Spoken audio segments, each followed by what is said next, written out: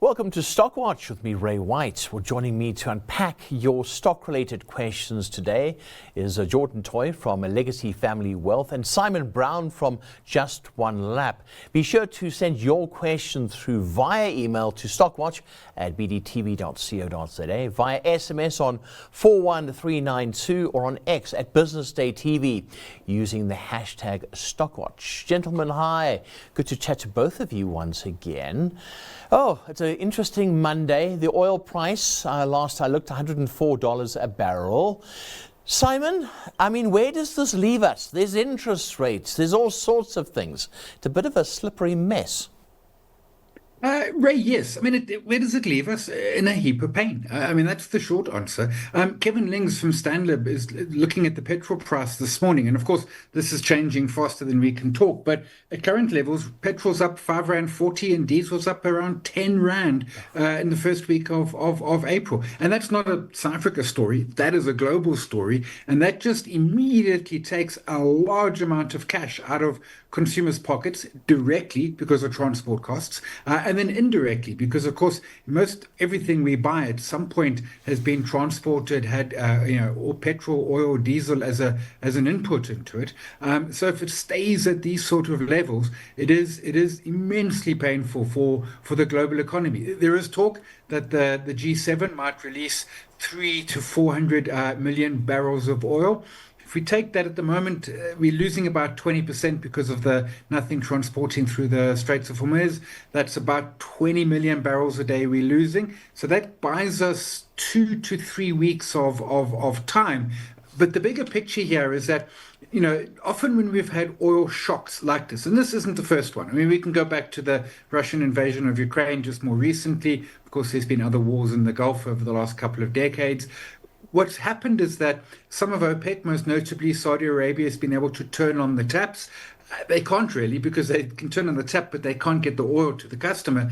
And the second challenge is just, we're seeing a lot of damage to oil infrastructure. So even if everything was resolved this evening and there was, peace in our time, we're not going to get that oil back quite that quick, simply because of the infrastructure damage. And we haven't even touched on things like, LNG, which is a huge energy source for Europe. Yeah, cool. Okay. Jordan, I mean, if you have a look at what this is doing to our markets, this whole conflict, and what worries me, like Simon says, this could actually carry on for a while. We're looking at Ukraine, that 2-day war that Putin was going to have in Ukraine. Well, it's 4 years later. And, where are we with this whole thing? Markets are scared. Yes, that's really the important question, right? And I think Simon touched on a lot of the key points there. I mean, really drastic moves we saw in oil prices sort of over the weekend. I think the market's largely thrown the thesis out the window of this is sort of a quick in and out operation. And you're seeing that, right, in both how equities are reacting and futures are behaving this morning, as well as that big oil price move. I mean, we were hovering around sort of the 80s and in very short order, we're at 100 plus.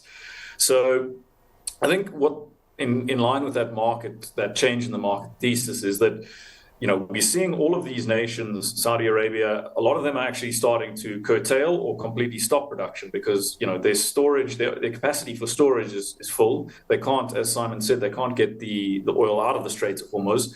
So, how long do those oil reserves, if other nations start releasing reserves, as Simon said, how long does that sort of tide us over? One factor I'm trying to remind clients of as well is that this is and where it becomes, I suppose, difficult for us as investment managers is, we can look at the numbers, but this is very much a geopolitical event. So as quickly as this war came about, politics can change and this can end relatively quickly as well. I know that people are increasingly forecasting a very long conflict, and that's certainly a possibility. However, one mustn't forget that the US president's facing midterm elections in the near future. He is very aware of cost of living pressures and the effect that may have on his share of the vote. I think it's something that's very front of mind for US voters. And obviously the oil price, as much as it's impacting us, and I think quite quickly impacting our petrol prices, et cetera, and the impact of inflation, we're going to see that in the US as well. So I think that that's one factor that shouldn't be discounted, that the US president and the White House more broadly is going to be very attuned to the impact that it's going to have on US cost of living. Certainly not as much as we're maybe experiencing. They produce a huge amount of oil, the US themselves, but the price is globally set. So I think that that's one factor to just bear in mind. But again, it's hard to predict with politics where this will go. Yeah, whether he likes it or not. I know that, Simon, that France's president has been speaking to the various Arab states and to Iran to saying, guys, please don't bomb each other, just calm down here. Maybe at some point we'll see that. But it's not up to Trump, is it? Because Iran's fighting back.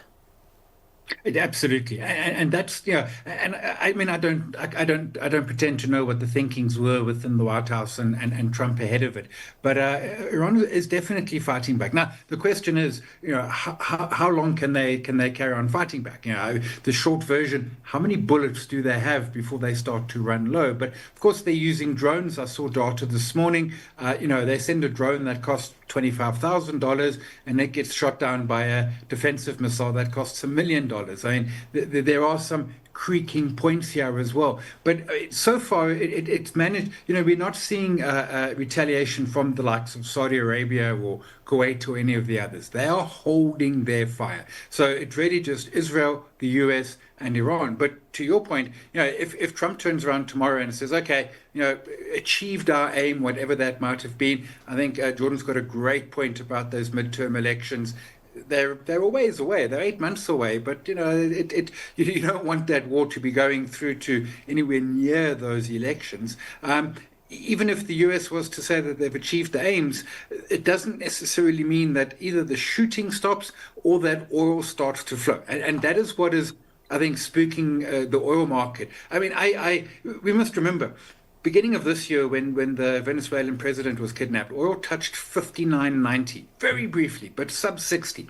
Sort of edged higher. Last Monday, it was sort of in the 70s. We'd already had the invasion, and in double quick time, it got to, on my screens, 119.50 this morning. It's come back a fair bit since then. It is just happened suddenly, and we don't know how it's going to play out. And, I remember the first and the second Iraqi invasions, and there was a sense of this is how it's going to work. Timelines were always going to be vague, but you did have that sense of this is how it was going to play out. And truthfully, in both cases, it didn't go according to plan. War never does. But this seems to be even more erratic. And with Iran absolutely shooting back, electing their new leader, who's cut from by all accounts, the same cloth, they're not backing down. Yeah, not at all.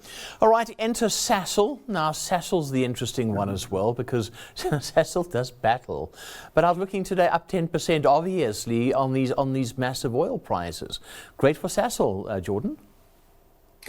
Yeah, I mean, I feel like I've been talking about Sasol now for as long as we've been talking about Iran, which is, I suppose, is very logical. Sasol's benefiting off the back of that oil price.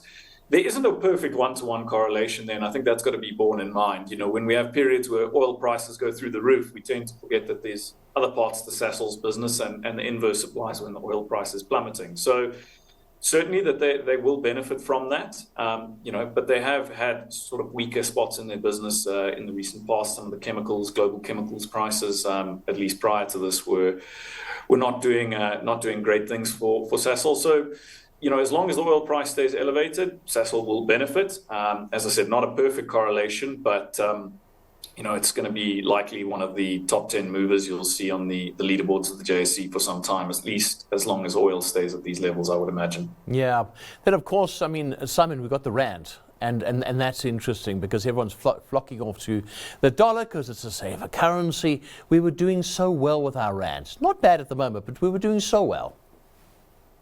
Yeah, I mean, this is part of the tragedy, right? All the green shoots we've been talking around as South Africans, and their fragility are in many cases being trampled on, and the rand is one of them. It's held moderately well. It hasn't broken 17. It's probably about a rand weaker off the worst levels. But for the rand, losing a rand when there's a war in the Middle East is not necessarily a big deal. It could, it lost over a rand when we got grey listed in a single afternoon back in February 2023. So it's holding on. What we're seeing is flight to dollar. And, in a situation like this, what do investors or traders, they want liquidity. They want to be able to hide somewhere. We're going to get to stock picks later. And I've been scratching my head around the what and how. And what we've seen is fairly indiscriminate selling outside of the energy counters, and a run into the dollar, which has obviously therefore seen a weaker rand. But as I say, I think it's held on better than I would have expected. And once we can get past this, and I have no idea when that will be, the story that was the rand, we can start engaging that again and see if it is still intact and if there is a space for strength. But I think kudos to the currency for at least staying on the right side of 17 for now and shielding us from some of that oil price. Yeah, I mean, Jordan, we seem to be a little bit different from other emerging market currencies. Our rand has been somewhat shielded. In fact, we had a whole thing last week about South Africa. It's a safe haven. You wouldn't have thought without crime, but we're a safe haven when it comes to the rest of the world. Looking at the rand and currencies, what do you do if you are an investment or a banker or trader? What do you do with that? Look, I think generally we tend to try and fall back on what are the main reasons we're either buying or selling rands, right? I mean, if you're a local investor and you're holding offshore feeder funds, certainly the rand strength, or at least the strength we saw over the last couple of months, has unwound a little bit over the last week. But the general rand strength we've seen has hurt your returns, right? But in the conversations I'm having with clients, we're trying to look through some of that and go, all right, well, we're investing offshore in feeder funds. How are those assets actually performing in the currency that they're priced in? The currency is sort of an additional layer on top of that. As a feeder fund investor in South Africa, it is certainly part of the picture because ultimately you're going to pull rands out of the account if you ever do withdraw from it.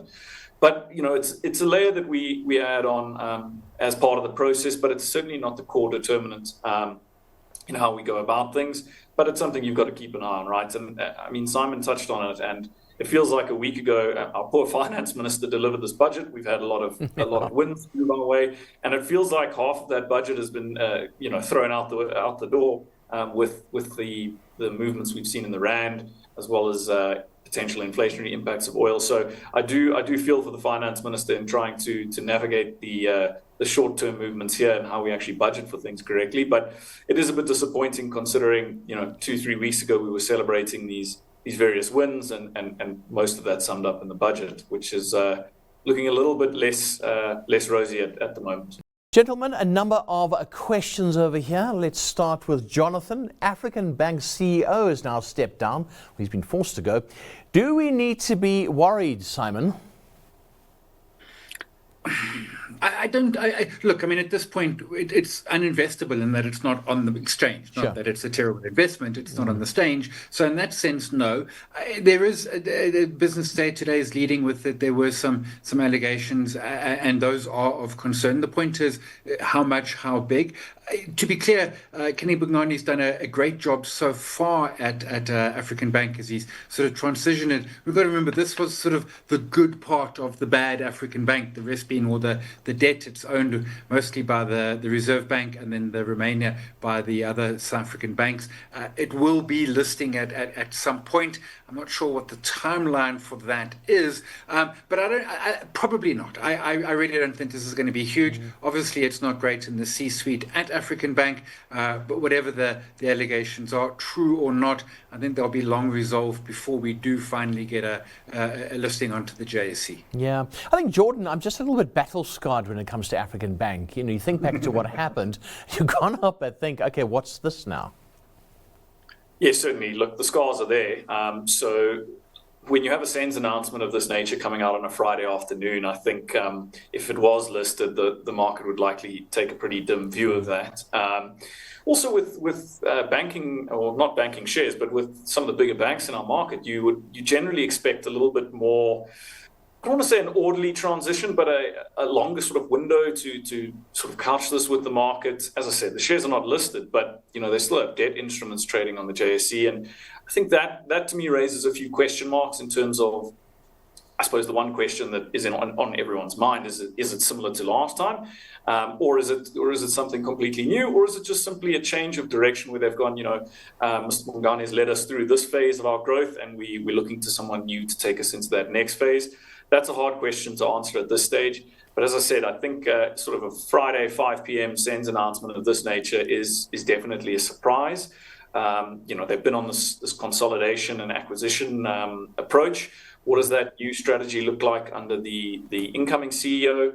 We'll have to see if there is any more detail to be found out here. But I did find the actual announcement somewhat odd. Yeah. A little bit irregular. Okay. Pete wants to know, why did Capitec fall last week? And what can we expect? In fact, Jordan, I'll stay with you, speaking about banks. What happened? Was it just a fluctuation, or was there something there? I think it's definitely a case. I mean, you can't avoid the broader moves going on in markets, right? So, I mean, if you just take a look at the JSE today, I think just about every sector is in the red, probably barring resources when I last looked. So I definitely think that the volatility we're seeing coming out of this Middle East conflict is weighing on most listed indexes as well as individual shares. I think that one thing that I wanted to pause on, we talked about grey listing earlier, is I know it's sort of we haven't been on the grey list for some time, but for me at least, as a longer term factor for just our SA banks, I think it was a big positive signal for trust, right, in terms of global capital. But in the shorter term, definitely I think we're seeing some of the volatility from global macroeconomic factors weighing on that share price. You can kind of see that same drop off in a lot of our shares. Just looking at the week ahead, I know you're talking about Capitec specifically, but we've got quite a lot of our banks releasing results this week. We've got Bank tomorrow, ABSA tomorrow. But yeah, I think Capitec in general, for me, as a longer term play in that space, is a business I quite like.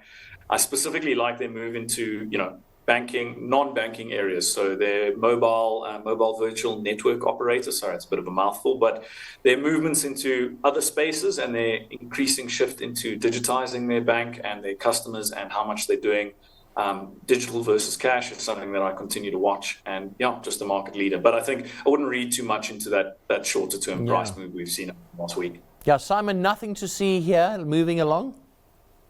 Yeah, I mean, it's back at sort of mid-Jan prices, so it's not a collapse. And we did see pressure in some of the banks last week, and it comes back to, if and last week the numbers weren't as bad as they are today, but just looking at that petrol price, it is going to hurt consumers. It means rate cuts on the 26th of March MPC are almost certainly off the table, and that puts higher, but potentially slightly higher impairment rates for banks. Again, not at crisis levels at this point by any stretch, but it just was a market that was saying, let's be prudent here. I'm with Jordan. It's a great business, and a great team running it. And I think last week was just a lot got sold down more on issues not to do with the businesses themselves, but with the broader geopolitical events. Yeah.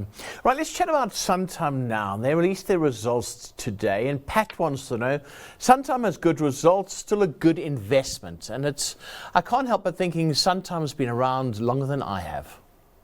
Let's go, Jordan. Jordan, let's go with you. So still unpacking some of the detail on Santam's results, but I think, lumping it in with that broader financial sector, some of the shares have been under pressure a little bit in the last month or so, and Santam largely looking in line with that. If we just look at it on a valuation basis, I think in line with most of our financials, right? Not trading on the most demanding of valuations, and even more so over the last week or two. The insurance business ticking along, nothing that's jumped out at me majorly yet, but as I said, still trying to go through the detail on that, so I don't want to give them an unfair review here. Yeah. Simon, you got a hawk eye when it comes to Santam and others. I mean, your thoughts? I thought, well, it was expected. That's one of those old go easies. Yeah, I'm frankly, the stock's under pressure today, and I'm surprised why, although maybe it's more broader market context than anything else. To Jordan's point, probably a valuation that's around Fed's low single-digit PEs, that's probably reasonable for it. The challenge that the likes of, all the insurers have, FSPs more broadly in South Africa, whether you're a bank, an insurer, or a stockbroker, is where you're finding this new business, and absent of growth, although although we've got GDP later this week, and hopefully we did get a bit more growth in Q4, and maybe we get better growth in 2026. You're really getting business by poaching from your competitors, and that's a tough space to be in, because as much as you're doing it, they're doing it at the same time. But broadly, I mean, our financial businesses in South Africa are very well capitalized, very well run, and none of them are eye-wateringly expensive by any stretch. You could generally say that they're fairly or reasonably priced, some of them perhaps more than others, but there's certainly not expensive by any stretch, low PEs and a decent dividend yield. I thought the numbers were looking pretty decent. Yeah, nice dividend. All right, Tabile wants to know, looking at investing in big property, do I go with Hyprop or Growthpoint, Jordan, or is it much of a muchness? Between those two counters, I wouldn't say it's much of a muchness. There's a little bit of a difference and some nuances in terms of the actual property portfolio, which is obviously key, right, when we're talking about these kind of companies. If we just take a bit more of a zoomed out view before we drill down into each of them, obviously properties, at least office-focused property, has had some struggles since we had the pandemic. Growthpoint, I think, not as exposed to that. We're seeing them, firstly, they hold a number of quality assets. They're doing a lot of work. I mean, the V&A being the most well-known one in Cape Town. There's some capex going on there and across their broader portfolio. So I think the vacancy rates, which is a key metric when assessing any property, be that office or retail, is at a pleasing level, or is at a better level certainly than it was in the last couple of years. So we're seeing our property counters in general continue to strengthen. Between the two, I would view it more as you've got to look at the underlying property portfolio. Hyprop has a number of SMLs as well. They also have a European portfolio. So I think you've got to have a close look at the geographic regions that you want that exposure to, and obviously the property types as well. So, just looking at a high level comparison in terms of share price performance, etc. They've both done reasonably over the recent past. My preference is for Growthpoint. I just like the property portfolio underlying that and some of the capital investment they're doing in that portfolio. Yeah. Right, Simon, what's your preference between the two? I would probably agree with Growthpoint. I mean, they're both sitting at about sort of net asset value. Growthpoint a little bit below it. Growthpoint also has a slightly higher dividend yield. It also owns half of the V&A waterfront, which is, I think, undoubtedly the property asset that we have in South Africa. Hyprop trying to exit some of their Johannesburg assets. They'd announced this sale of 50% of Hyde Park, and they were going to sell the other half to a little while down the line. That has fallen through. And that makes it difficult to sell it, because now that they're known sellers, but also, they've had the deal collapse. I think it's going to take a while for them to get a good price for that potentially. And of course, whereas Hyprop focuses a lot on malls, above those malls we see all the offices, which we're getting better occupancies and better rental reversions, but still relatively tough in there. Broadly, when I look at the space for property, I mean, it's been a spectacular 2 years. I think 24, 26 cumulatively, almost 100%, including distributions. So it's not the sort of very cheap that it was a couple of years ago. But if we're looking between those two, probably Growthpoint. For me personally, I typically go with the ETS on them, just because it makes my life easier and gives me a basket. Because I think there's a lot more value perhaps in some of the smaller ones, the Octadex and the like. Not without risks, though. Right, stock pick time. Simon, let's just stay with you. Your stock pick, I could guess what it is, but let us know. So I'm going with gold. I scratched my head long and hard over the weekend, and then this morning saw gold and scratched even harder. And I just don't know how this is going to play out. So where does one go? Well, you go where it's some certainty. So we could go with dollars. We could even go with cash. But I think gold, it's held at that sort of 5,000 level. And if anything, the bull case for gold is strengthened by this, which is geopolitical uncertainty, geopolitical concerns. It started with the Russian invasion of Ukraine. even if the war in Iran gets resolved in the next couple of days or hours, it doesn't remove the broader tensions that are out there. So I think there's still a space, and at this point, gold over the miners. At some point, you might want the miners, but I think now, if you haven't got some gold in your portfolio, it's certainly worth having a look at and adding some yellow metal, particularly if we see weakness back to around that 5,000. Yeah. Right, Jordan, something different from gold? Yeah, so I wanted to talk about Disney today. I think not for next week or next month, but as a longer term holding, I think it belongs in a lot of portfolios. In a lot of the recent discussions we have with the families we work with, a recurring concern, and not just in the families we work with, but I think in markets more generally for the last while, has been, am I overly exposed to AI? A lot of clients have done really well and seen massive gains off of these Mag 7 type companies that typically, or a lot of them, are exposed to that AI theme. I think more and more so, clients are a bit concerned about that concentration risk within their own portfolios. And we see Disney as a decent complement to a growth-heavy portfolio. There's still some of these, there is still some exposure to the AI theme. I don't know if you read, but a couple of months ago, they signed a deal with OpenAI, and they were more open to incorporating some of these video generation tools into their toolkit. So I think while it's not an AI play, it's pleasing to see the company's got some open-mindedness to that. We have had the CEO change recently, so the individual named Josh D'Amaro was running their parks as well as their cruise lines, is now taking the CEO, or will be taking the CEO position from Bob Iger.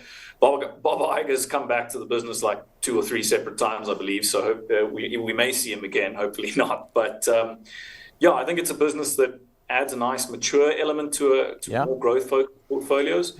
Granted, there are correlations. It's still an equity, if markets sell off broadly. We'll need to leave it there, I'm afraid. Disney and gold, both really good. Thanks to both of you. I do appreciate it. Thank you for taking the time to chat on Stockwatch.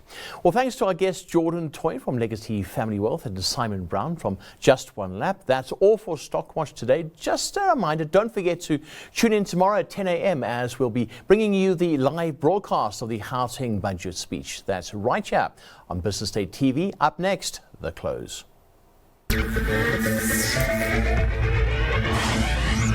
Thank you.